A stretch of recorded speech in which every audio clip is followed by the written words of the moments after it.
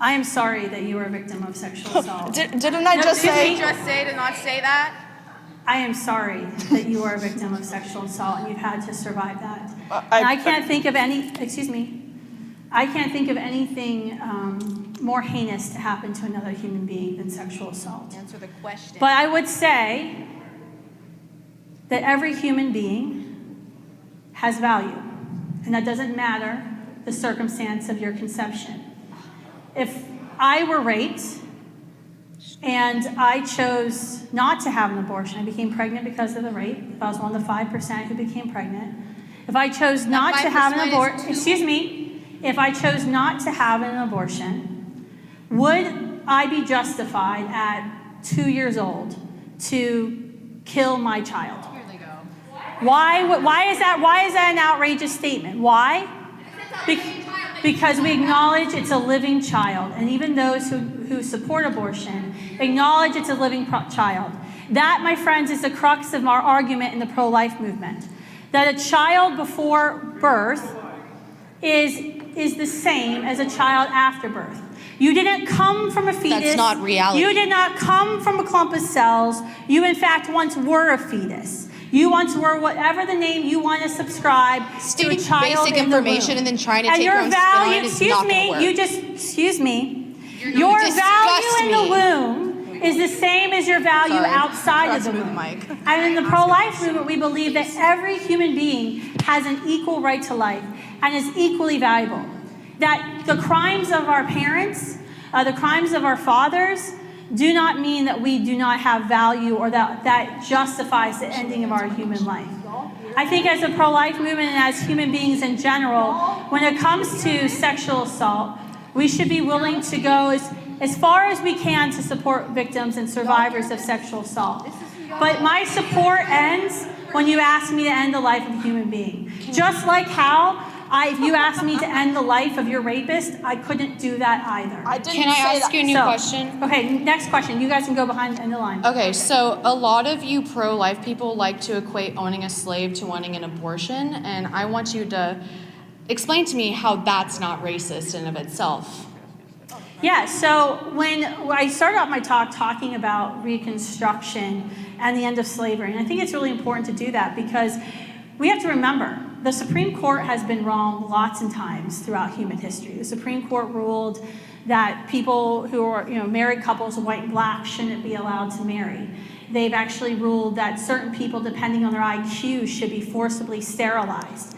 The Supreme Court ruled that black Americans weren't full persons. So when you hear the pro-life movement talk about slavery, talk about historical injustices. You're not just when you hear us talk about historical injustices that are committed, the reason we talk about slavery, the reason we will sometimes bring up what Nazi Germany, the atrocities Nazi Germany committed against Jewish brothers and sisters, is because these are all times in history, these are all times in history where the popular opinion was that because society or because the majority said that a certain person wasn't the right skin color, didn't have the right religion, that it was okay to discriminate against that person. It was okay to enslave that person. It was okay to load those people into cattle cars and send them to concentration camps, never to walk outside freely again.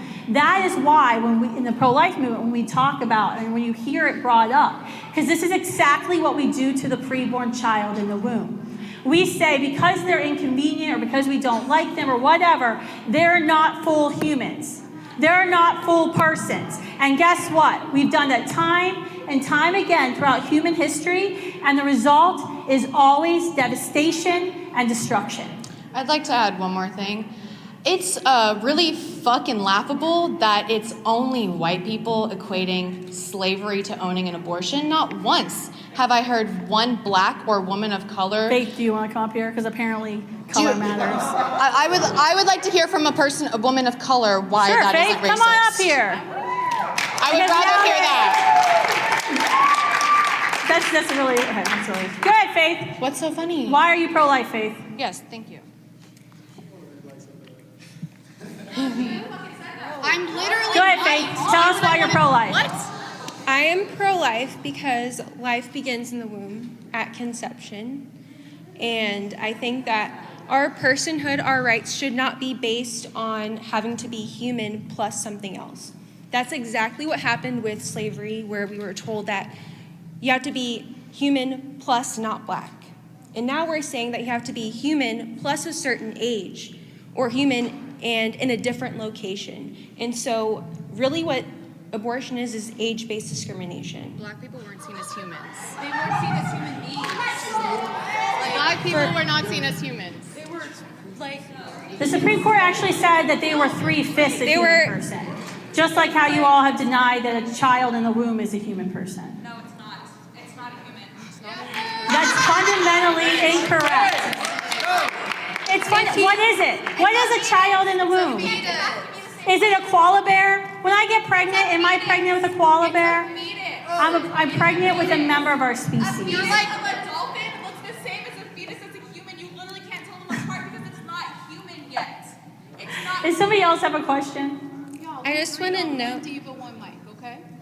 I just want to note that as a black woman and as a person who got my degree in biology, life does begin at conception.